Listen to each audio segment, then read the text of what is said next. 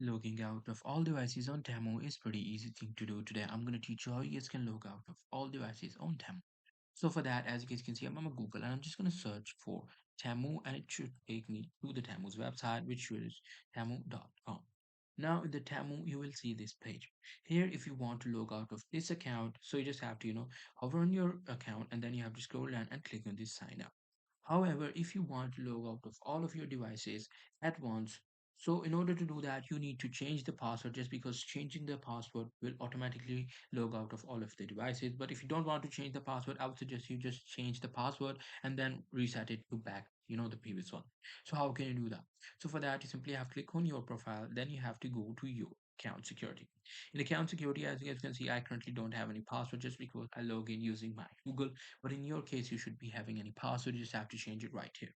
That's pretty much it. That's how you'll be able to do it. Hope you guys find this very helpful.